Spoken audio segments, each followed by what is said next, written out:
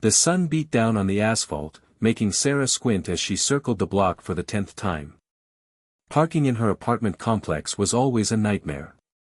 It was a game of chance, a daily struggle against the odds. Tonight, the odds were definitely not in her favor. Every space was taken, each one occupied by a gleaming car or a dusty pickup truck. Sighing, Sarah considered parking illegally, but the thought of a hefty fine quickly dissuaded her. She just needed to find somewhere, anywhere, to put her little blue hatchback. That's when she saw it, Mr. Peterson's garage. Mr. Peterson, a quiet, older gentleman who lived next door, seemed to barely use his garage. Sarah had lived in the complex for over a year, and she could count on one hand the number of times she'd seen his garage door open. It was always closed, always empty. A perfect, unused space mocking her parking woes. An idea sparked in Sarah's mind, a tempting solution to her persistent problem. What if she just borrowed the garage? Just for tonight. Mr. Peterson would never know. He was probably out of town, or maybe he just preferred parking on the street. Surely, he wouldn't mind. It wasn't like she was going to damage anything.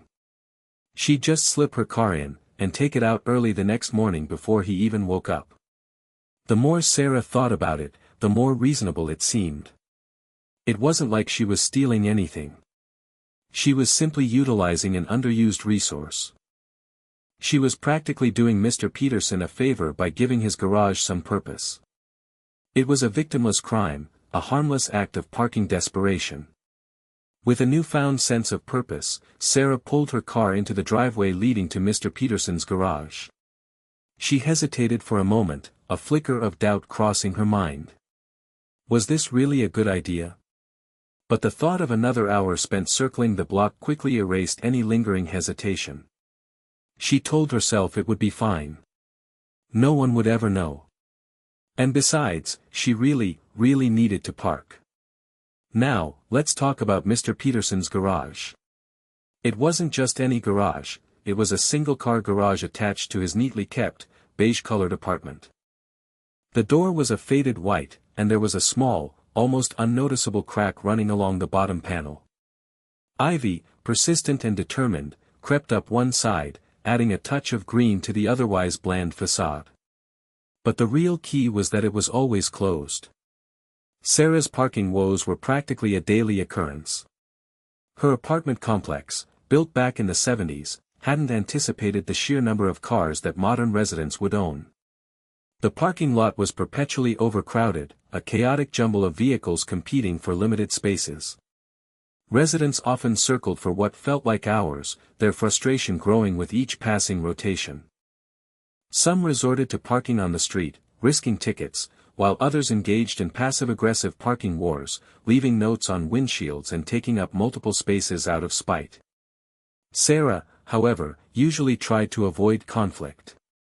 She was a people-pleaser at heart, and the thought of upsetting her neighbors filled her with anxiety. That's why she usually ended up parking blocks away and trudging back to her apartment, laden with groceries or work materials. It wasn't ideal, but it was better than causing a scene. But tonight was different. Tonight, she was tired, hungry, and carrying a heavy box of textbooks. The thought of walking even a block was unbearable. That's why Mr. Peterson's unused garage seemed like such a tempting solution. It was right there, practically begging to be used. And Mr. Peterson himself? Well, he was a bit of an enigma. He was a kind, quiet man, always polite but never overly friendly. Sarah knew he was retired, and she often saw him tending to his small patch of flowers in the front of his apartment. He seemed harmless, the type of person who wouldn't make a fuss about anything. Surely, he wouldn't mind her borrowing his garage for just one night. Sarah carefully surveyed the scene. No one was around. Mr. Peterson's curtains were drawn. The coast was clear. Taking a deep breath, she put the car in neutral and gently pushed open the garage door. It groaned in protest, the sound echoing in the quiet evening air. Sarah cringed, hoping no one had heard. She peeked around, but everything seemed normal. Inside, the garage was surprisingly clean. No oil stains, no discarded tools, no forgotten boxes. Just an empty concrete floor and bare walls. It was almost sterile, as if it had never been used at all. This only reinforced Sarah's belief that Mr. Peterson wouldn't mind. If he wasn't using the space, what harm could it do? As she slowly drove her car into the garage, Sarah felt a surge of relief. Finally, a parking spot. And not just any parking spot, but a private, covered one. She could unload her textbooks without having to worry about rain, and she wouldn't have to circle the block again. It was perfect. Turning off the engine, Sarah grabbed her box of textbooks and stepped out of the car. She carefully closed the garage door, making sure it latched properly.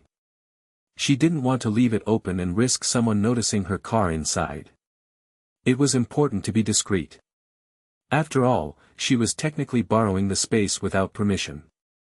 As she walked towards her apartment, Sarah couldn't help but smile. She had outsmarted the parking gods. She had found a solution to her persistent problem, and she had done it without causing any harm. It was a win-win situation. Or so she thought. Little did she know, Mr. Peterson was watching from his window, a mixture of surprise and annoyance on his face.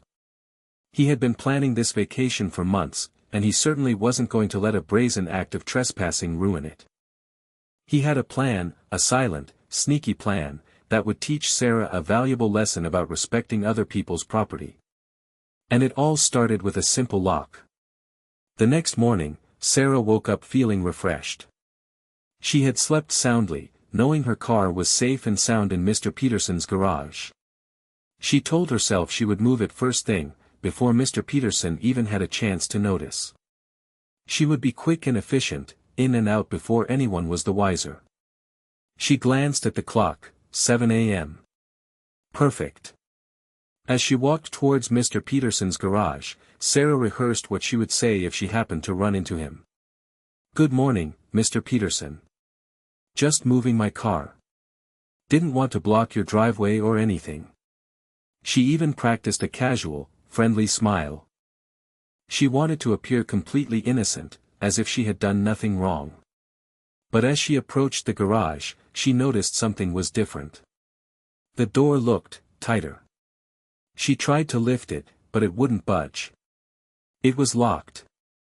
A wave of panic washed over Sarah. Locked? How could it be locked? She hadn't locked it last night. Had Mr. Peterson seen her car and locked it on purpose? She rattled the door, pulling and pushing with all her might. Still nothing. It was definitely locked, and it wasn't budging. Sarah's mind raced. What was she going to do? She had a meeting to get to, and her car was trapped inside Mr. Peterson's garage. She considered knocking on his door, but what would she say? "Hi, Mr. Peterson, I borrowed your garage last night and now I can't get my car out." That wouldn't go over well. She tried calling Mr. Peterson's phone, but it went straight to voicemail. "Hi Mr. Peterson, this is Sarah from next door. I'm just calling to see if you could open your garage. I seem to be having some trouble." She cringed at the sound of her own voice. It sounded so weak and pathetic. Sarah was trapped. Her car was trapped. And Mr. Peterson was nowhere to be found. What had started as a simple act of parking convenience had quickly turned into a full-blown parking nightmare. And little did Sarah know, this was just the beginning of her troubles. Mr. Peterson was already on a plane, sipping a mimosa, and enjoying the first day of his long-awaited vacation. He wouldn't be back for a week. And Sarah's car? Well, it was going to be spending a lot of time in that garage. Let's rewind a bit, to that Saturday morning. While Sarah was congratulating herself on her clever parking solution, Mr. Peterson was putting the finishing touches on his vacation preparations. He'd booked a last-minute trip to Florida, a sunny escape from the dreary weather and the constant noise of the apartment complex. He planned to spend his days lounging on the beach, sipping fruity drinks, and reading trashy novels. He had been looking forward to this trip for weeks. It was a chance to relax, recharge, and escape the monotony of his daily routine. He had meticulously planned every detail, from the flights to the hotel to the excursions. He even packed his favorite Hawaiian shirt and a pair of brightly colored swim trunks. He knew Sarah's car was in his garage. He saw her sneak it in through his living room window. He was initially surprised, then irritated. He considered confronting her right then and there, but he decided against it. He had a better idea. A much more satisfying idea. Instead of confronting her, he quietly went into his garage through the inside door. He checked that the main garage door was securely latched, the one Sarah had used. Then, with a sly smile, he activated the manual lock on the inside. It was an old-fashioned bolt lock, the kind you don't see much anymore, but it was sturdy and reliable. He knew Sarah would be back in the morning to move her car. He knew she would be surprised to find the garage locked. And he knew she wouldn't be able to get her car out until he returned from his vacation. It was a simple plan, but it was perfect. It would teach Sarah a lesson about respecting other people's property and the importance of asking for permission. And it would give him a sense of satisfaction knowing that he had outsmarted her. With a final check of his suitcase, Mr. Peterson grabbed his keys and headed out the door, a mischievous glint in his eye. His vacation had officially begun. And Sarah's parking nightmare was just getting started. And so, Mr. Peterson silently locked the garage door from the inside, making sure the old bolt clicked firmly into place. He gave it a little shake, just to be sure. Yes, Sarah's car was definitely trapped. A wave of satisfaction washed over him. He chuckled softly to himself, imagining Sarah's face when she discovered her predicament. He grabbed his suitcase, a worn leather affair that had seen better days, and headed out the back door of his apartment, the one that didn't face the garage. He didn't want Sarah to see him leaving. He wanted her to stew in her own juices, to worry and fret about her trapped car. He walked briskly to his own car, a sensible sedan that he kept meticulously clean. He stowed his suitcase in the trunk, adjusted the rearview mirror, and started the engine.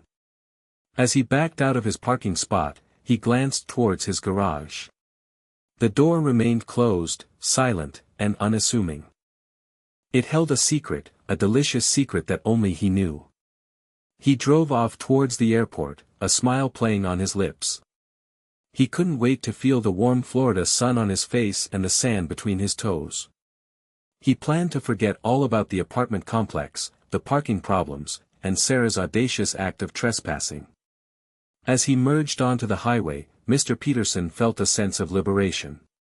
He was free, at least for a week. He was leaving all his troubles behind, including the one currently parked in his garage. Meanwhile, back at the apartment complex, Sarah was growing increasingly frantic. She had tried everything she could think of to open the garage door, but nothing worked. She had even considered calling a locksmith, but the thought of the expense made her cringe. Besides, what would she tell them?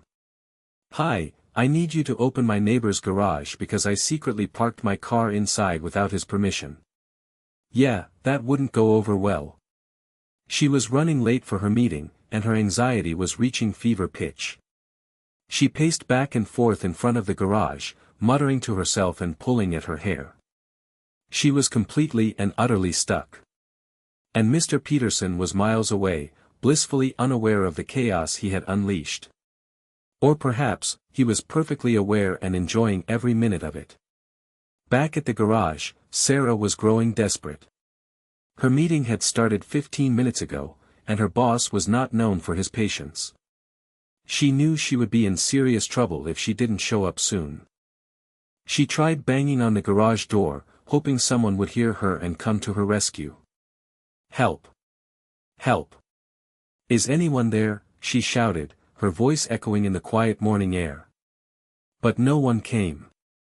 She tried jimmying the lock with a hairpin, but it was no use. The lock was too old and too sturdy. She even considered trying to break the garage door open, but she quickly dismissed the idea. She didn't want to damage Mr. Peterson's property any further, and she certainly didn't want to attract any unwanted attention. Hours passed. The sun climbed higher in the sky, and the temperature began to rise. Sarah was sweating profusely, and her throat was parched. She hadn't brought any water with her, and she was starting to feel faint. She slumped against the garage door, defeated. She had never felt so helpless in her entire life. She was trapped, alone, and completely at the mercy of Mr. Peterson's silent revenge. She imagined Mr. Peterson lounging on a beach in Florida, sipping a fruity drink and laughing at her predicament. The thought made her blood boil. How could he be so cruel? How could he leave her trapped like this? She vowed that if she ever got out of this mess, she would get revenge on Mr. Peterson. She would find a way to make him pay for what he had done. But first, she had to escape. And that seemed like an impossible task. Just when she was about to give up all hope, she noticed something. A small window, high up on the side of the garage. It was barely big enough for a cat to squeeze through, but it was her only chance. With renewed determination, Sarah stood up and began to formulate a plan. It was going to be difficult, and it was going to be uncomfortable, but she was determined to escape Mr. Peterson's garage, no matter what it took. Her freedom depended on it. That small window. It was her only hope. But how to reach it? It was at least 7 feet off the ground, far too high for her to reach even if she jumped.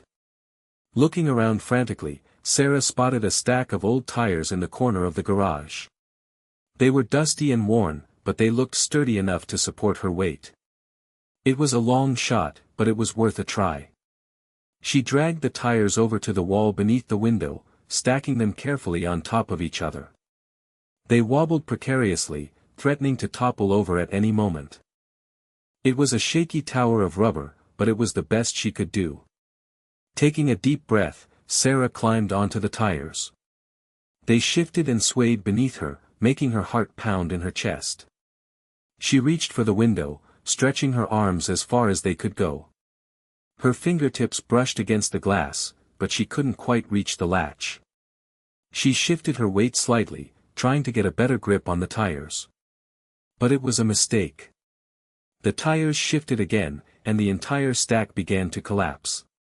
Sarah cried out in alarm as she tumbled to the ground, landing hard on the concrete floor. She lay there for a moment, stunned and bruised. The wind had been knocked out of her, and her body ached all over. She felt like giving up. It was hopeless. But then, she remembered her meeting. She remembered her boss's angry face. She remembered Mr. Peterson lounging on a beach in Florida. And she knew she couldn't give up. She had to keep fighting. With a groan, Sarah pushed herself to her feet. She brushed the dust off her clothes and surveyed the scene. The tires were scattered all over the floor, and the window remained stubbornly out of reach. But she wasn't defeated. She was determined. She would find a way to escape Mr. Peterson's garage, even if it was the last thing she did. She just needed to find a new plan. A better plan. A plan that wouldn't involve collapsing towers of old tires. Maybe that window wasn't such a great idea after all. The afternoon sun beat down on the metal garage door, turning the interior into a sweltering oven. Sarah felt like she was slowly baking alive. Her clothes were soaked with sweat, and her head was throbbing. She hadn't had anything to eat or drink since breakfast, and her stomach was rumbling in protest. She slumped against the wall, feeling utterly defeated. Hours had passed since she first discovered she was locked in, and she was no closer to escaping than she had been that morning. She had tried everything she could think of, but nothing had worked. She pulled out her phone again and tried calling Mr. Peterson. Still no answer. Just his voicemail message, a bland recording that offered no comfort or hope. "Hi, this is Mr. Peterson. Leave a message, and I'll get back to you as soon as I can." The message mocked her, a constant reminder of her predicament. She left another message, her voice trembling with frustration and desperation. "Mr. Peterson, it's Sarah again. Please call me back. I'm locked in your garage, and I don't know what to do. I'm really sorry I parked my car in there, but please just let me out. I have to get to work, and I'm really worried. But she knew her message was futile. Mr. Peterson was probably on a beach in Florida, sipping a fruity drink and ignoring his phone. He was probably enjoying her suffering, reveling in his silent revenge. As the hours ticked by, Sarah's frustration turned into anger. She was furious at Mr. Peterson for trapping her, furious at herself for being so stupid, and furious at the entire situation. She wanted to scream, to kick, to break something. She paced back and forth in the garage, her mind racing. She had to find a way out. She couldn't stay trapped in here forever. She had to get back to her life, back to her job, back to her sanity. She took a deep breath, trying to calm herself down.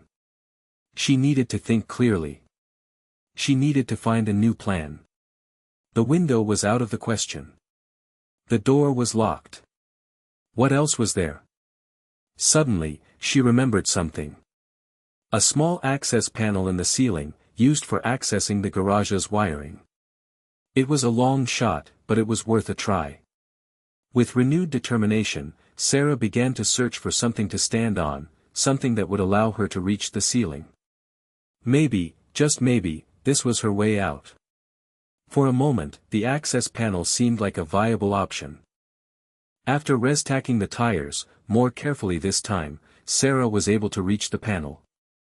She pried it open, revealing a dark, dusty space filled with wires and cobwebs.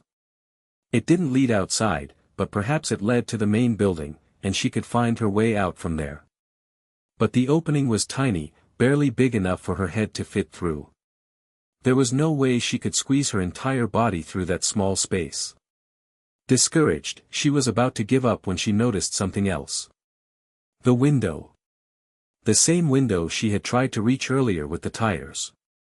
Only now, she had a new perspective. From atop the tires, she could just reach the frame with her fingers.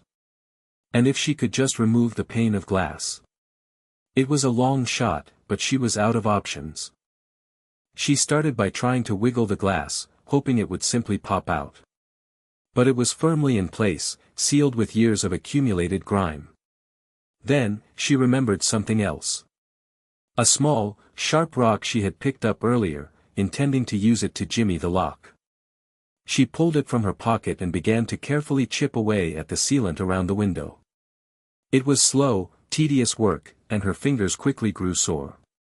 But she persisted, driven by desperation and a burning desire for freedom.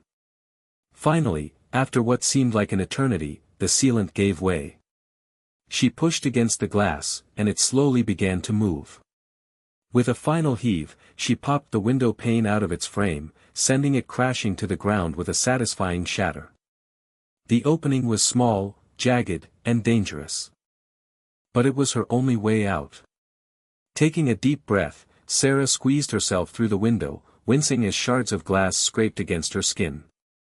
It was tight, uncomfortable, and slightly terrifying. But inch by inch, she managed to wriggle her way through, until finally, she tumbled out onto the ground, bruised, scratched, and covered in dust. She had escaped. Sarah stood up, brushing herself off and surveying her surroundings. She was outside, free, and alive. But she was also furious. Furious at Mr. Peterson for trapping her, furious at herself for being so naive, and furious at the entire ridiculous situation. She vowed that she would make Mr. Peterson pay for what he had done. She would get her revenge, no matter what it took. The parking war had officially begun. Sarah stormed towards her apartment, her mind racing with angry thoughts. She needed to do something, anything, to retaliate against Mr. Peterson for what he had done. She couldn't let him get away with this. She considered calling the police, but what would she say? "Hi, my neighbor locked my car in his garage because I secretly parked it there without his permission, and now I want to file a complaint." She knew the police wouldn't take her seriously. Then, she had an idea.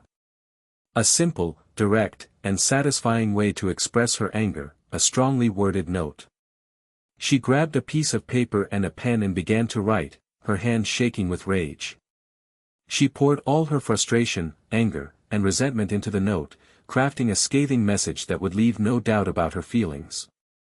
She wrote about how Mr. Peterson had trapped her like an animal, how he had ruined her day, and how she was going to make him pay for what he had done. She accused him of being petty, vindictive, and downright cruel. She even threatened to sue him for emotional distress and property damage, even though she knew she didn't have a case. She ended the note with a final, chilling warning: "If you ever pull a stunt like this again, I will call the police. And I will make sure you regret it." Satisfied with her handiwork, Sarah marched over to Mr. Peterson's apartment and taped the note to his front door. She made sure it was prominently displayed, where everyone could see it. She wanted the entire complex to know what Mr. Peterson had done.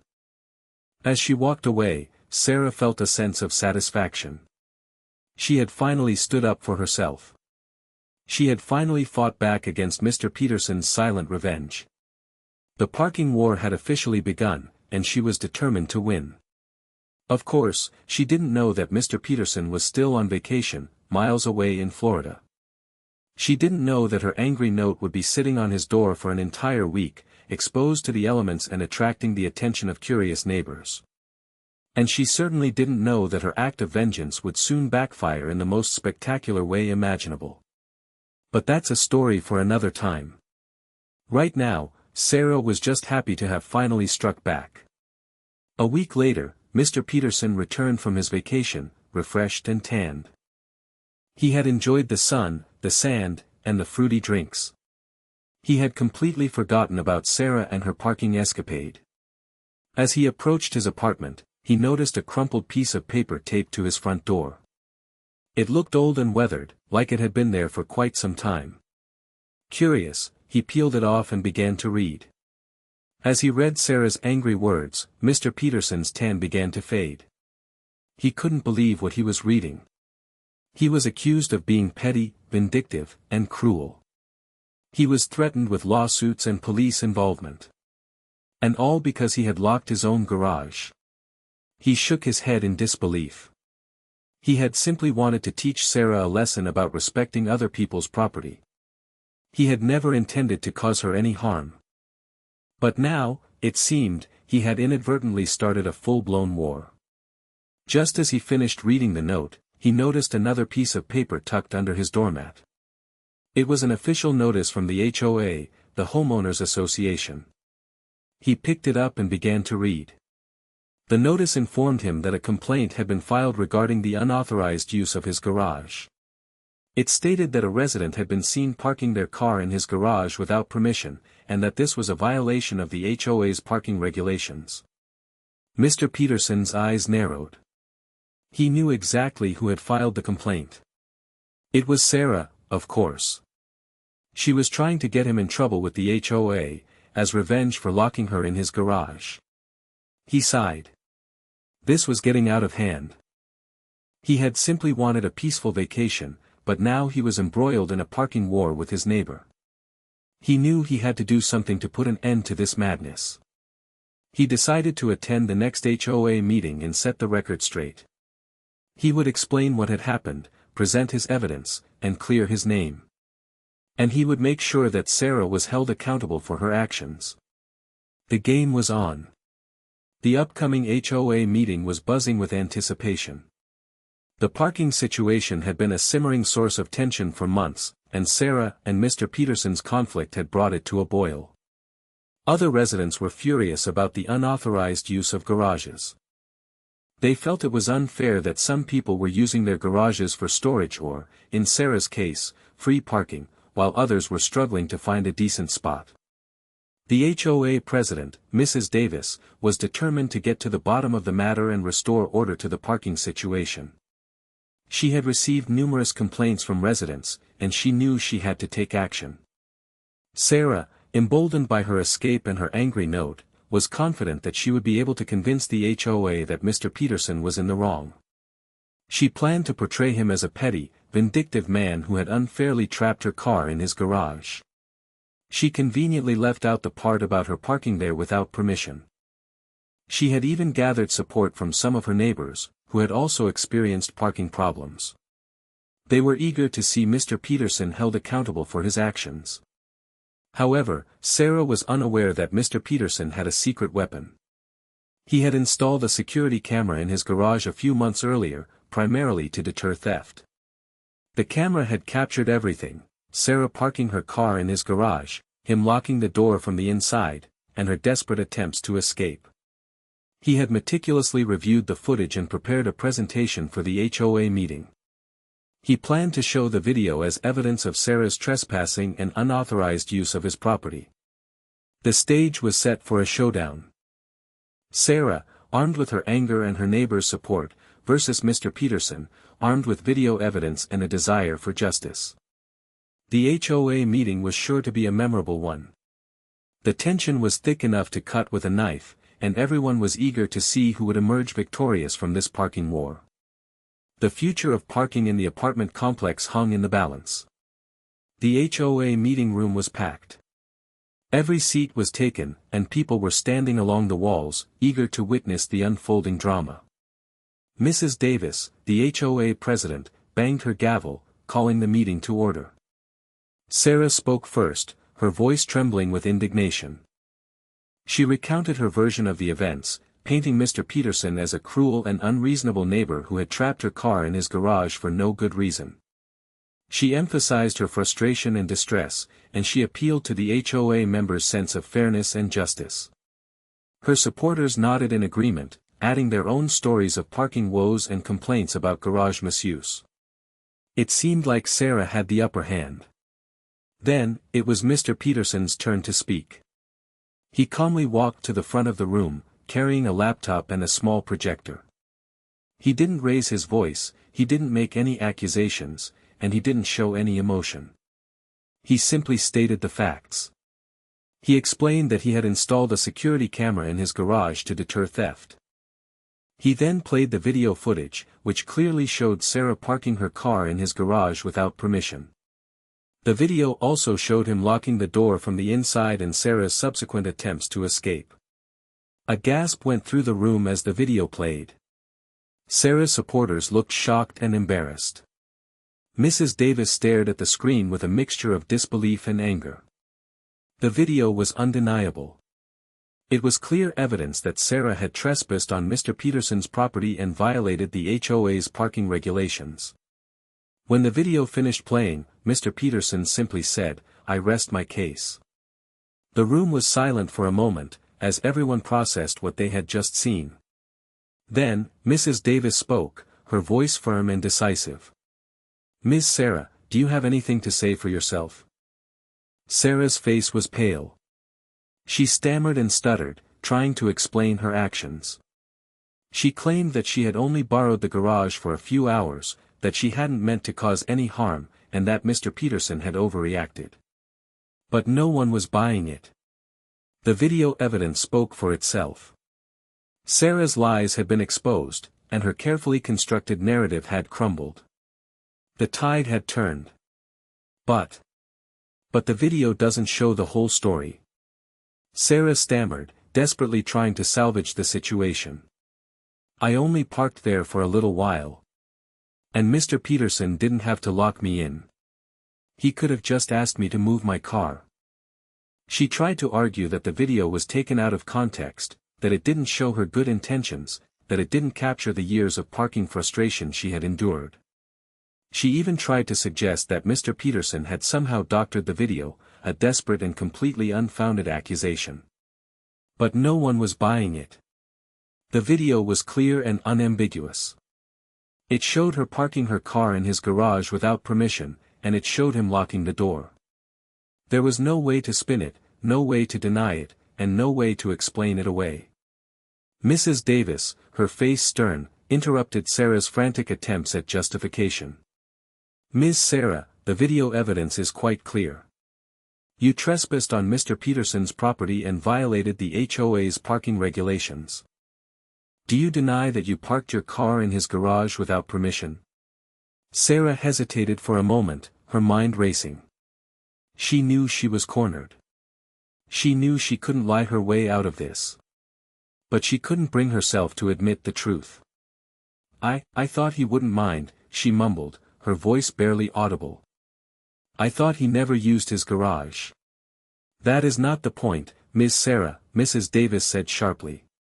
"The point is that you did not have permission to park your car in his garage. You took it upon yourself to use his property without his consent.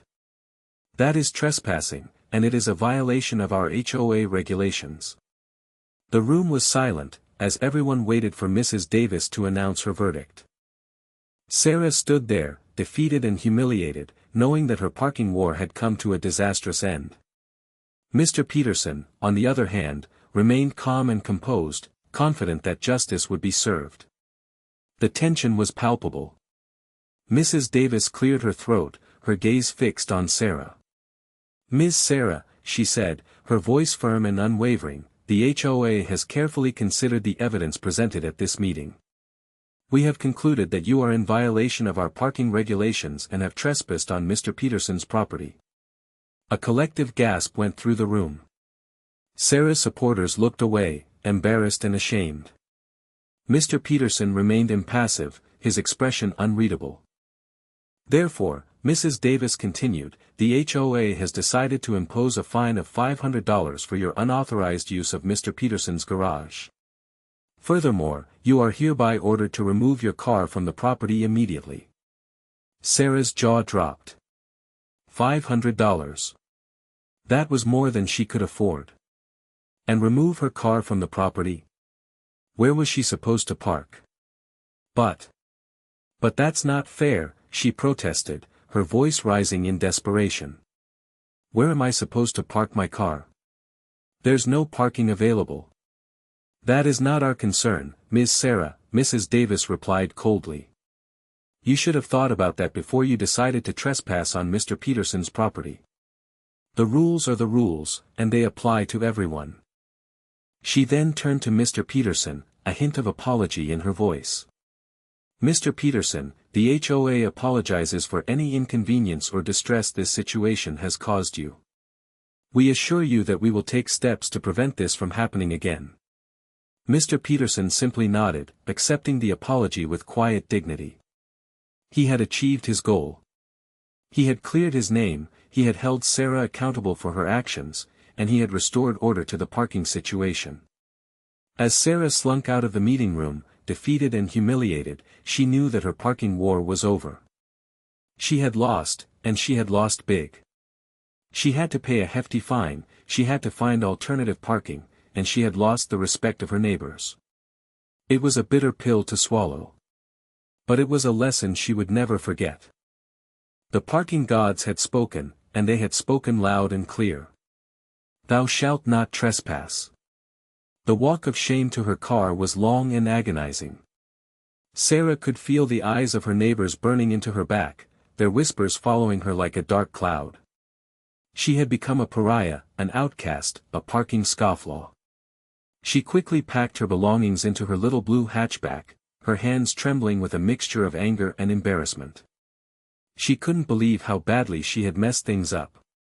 She had started with a simple act of parking convenience, and it had spiraled into a full-blown disaster. As she drove out of the apartment complex, Sarah felt a wave of despair wash over her. Where was she going to park?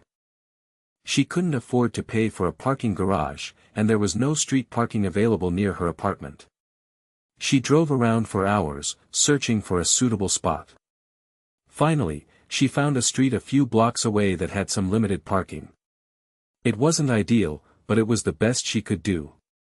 The walk back to her apartment was long and arduous, especially when she was carrying groceries or work materials.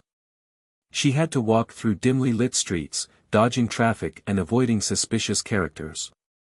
It was a far cry from the convenience and security of parking in her own apartment complex. Sarah's life had become a parking nightmare. She was constantly worried about her car, about getting a ticket, about having to walk long distances in the dark. She had to plan her trips carefully, always factoring in the time it would take to find parking and walk back to her apartment. She resented Mr. Peterson for what he had done. She blamed him for her misery, for her parking woes, and for her humiliation. But deep down, she knew that she was the one to blame. She had made a bad decision, and she was now paying the price. The parking gods had taught her a harsh lesson, and she would never forget it. The next time she was tempted to borrow someone else's parking space, she would think twice. She would remember the $500 fine, the long walks in the dark, and the shame of being branded a parking scofflaw. It was a lesson learned the hard way, but it was a lesson that would stick with her for the rest of her life. As time passed, Sarah began to reflect on her actions. The initial anger and resentment slowly faded, replaced by a sense of remorse and regret. She realized that Mr. Peterson hadn't been the villain in this story, she had been. She had been so focused on her own parking problems that she had completely disregarded Mr. Peterson's rights and feelings. She had assumed that he wouldn't mind her borrowing his garage, but she had never bothered to ask him. She had taken his property without permission, and that was wrong. She also realized that her actions had consequences. She had not only inconvenienced Mr. Peterson, but she had also caused a great deal of trouble for herself. She had lost money, she had lost respect, and she had made her life much more difficult. Sarah learned a valuable lesson about respecting other people's property and the importance of asking for permission. She realized that it was never okay to take something that didn't belong to her, no matter how convenient or tempting it might be.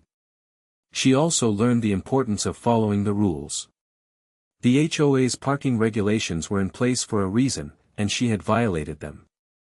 She had tried to bend the rules to suit her own needs, and it had backfired spectacularly. From that day forward, Sarah became a much more responsible and considerate neighbor. She always made sure to park legally, even if it meant walking a few extra blocks. She always asked for permission before using someone else's property. And she always tried to be a good member of the community. She never spoke to Mr. Peterson again, but she often thought about him. She hoped that he had forgiven her for her transgression, and she hoped that he was enjoying his peaceful, parking problem-free life. Sarah's parking nightmare had been a painful experience, but it had also been a valuable learning opportunity. She had learned a lesson about respect, responsibility, and the importance of following the rules. And she knew that she would never make the same mistake again. The parking gods had spoken, and she had finally listened. Mr. Peterson, for his part, was relieved that the whole ordeal was over. He had never intended to cause Sarah any real harm. He had simply wanted to teach her a lesson about respecting other people's property. He had been initially annoyed by her blatant act of trespassing, but he had also felt a little bit sorry for her. He knew how difficult it was to find parking in the apartment complex, and he understood her frustration. However, he couldn't condone her behavior. He believed that it was important to stand up for his rights and to protect his property. He had worked hard to maintain his apartment and his garage, and he wasn't going to let anyone take advantage of him. After the HOA meeting, Mr. Peterson felt a sense of vindication. He had proven his innocence, he had held Sarah accountable for her actions, and he had restored order to the parking situation. He also felt a sense of peace. He no longer had to worry about Sarah borrowing his garage. He could finally use it for its intended purpose, to park his car. He spent the next few days cleaning and organizing his garage. He swept the floor, he dusted the walls, and he arranged his tools and equipment neatly on the shelves. He even installed a new light fixture, so he could see better at night. He took pride in his garage, and he enjoyed spending time there. It was his sanctuary, his escape from the noise and chaos of the apartment complex. He also appreciated the peace and quiet that came with knowing that his property was secure. He no longer had to worry about Sarah sneaking into his garage or causing any damage. Mr. Peterson's life returned to normal. He continued to tend to his flowers, to read his books, and to enjoy his retirement. He never spoke to Sarah again, but he often saw her walking to her car, which was now parked several blocks away. He felt a twinge of sympathy for her, but he also knew that she had brought it upon herself. She had made a bad decision, and she was now paying the price. It was a valuable lesson, and he hoped that she would learn from it. The parking gods had spoken, and they had spoken to both of them. Thou shalt respect thy neighbor's property. The story of Sarah and Mr. Peterson's parking war spread like wildfire throughout the apartment complex and beyond. It became a cautionary tale, a modern-day fable about the dangers of assuming and trespassing. People whispered about it in the hallways, they gossiped about it at the pool, and they debated it at the HOA meetings. Everyone had an opinion, and everyone had a lesson to draw from it. Some people sided with Sarah, arguing that Mr. Peterson had been too harsh and unforgiving. They felt that he should have just asked her to move her car, instead of trapping her in his garage. They believed that he had overreacted and that he had made a mountain out of a molehill. Other people sided with Mr. Peterson, arguing that Sarah had been completely in the wrong. They felt that she had disrespected his property and violated his rights. They believed that he had been justified in taking action to protect his garage. Regardless of which side they took, everyone agreed that the story was a valuable reminder of the importance of respecting other people's property and the importance of asking for permission. The story also served as a warning about the consequences of assuming. Sarah had assumed that Mr. Peterson wouldn't mind her borrowing his garage, but she had never bothered to ask him. Her assumption had been wrong, and it had led to a great deal of trouble. The story became a popular topic of conversation at neighborhood gatherings and community events. People would often bring it up as an example of what not to do. They would use it to illustrate the importance of communication, respect, and following the rules. The story even made its way into the local newspaper, which published an article about the parking war and its impact on the community. The article quoted several residents, who shared their thoughts and opinions on the matter. The story of Sarah and Mr. Peterson's parking war became a part of the apartment complex's lore, a legend that would be passed down from generation to generation. It was a reminder that even the smallest actions can have big consequences, and that it is always better to ask for permission than to assume. The parking gods had spoken, and their message had been heard loud and clear. In the end, Sarah never parked in Mr. Peterson's garage again. The thought of it filled her with shame and embarrassment. She couldn't even bring herself to look at the garage without cringing. She became much more careful about parking regulations. She studied the HOA rules and regulations, and she made sure to always park in a designated parking spot. She even started carrying a parking permit with her at all times, just in case. She also became much more respectful of other people's property. She realized that it was never okay to take something that didn't belong to her, no matter how convenient or tempting it might be. She always asked for permission before using someone else's property, and she always made sure to return it in the same condition she had found it. Sarah's parking nightmare had been a painful experience, but it had also been a transformative one. She had learned a valuable lesson about respect, responsibility, and the importance of following the rules. And she had become a better person as a result. She still struggled with parking from time to time, but she never again considered borrowing someone else's garage. She knew that it wasn't worth the risk. She had learned her lesson, and she was determined to never make the same mistake again. As for Mr. Peterson, he continued to live a peaceful and uneventful life.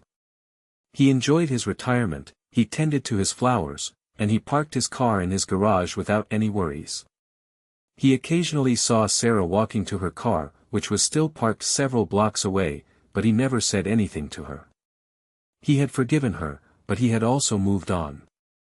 The story of Sarah and Mr. Peterson's parking war became a distant memory, a faded legend that was occasionally dusted off and retold. But the lesson remained: respect your neighbors, follow the rules, and never, ever, assume that it's okay to borrow someone else's garage. The parking gods are always watching. And they have a very long memory.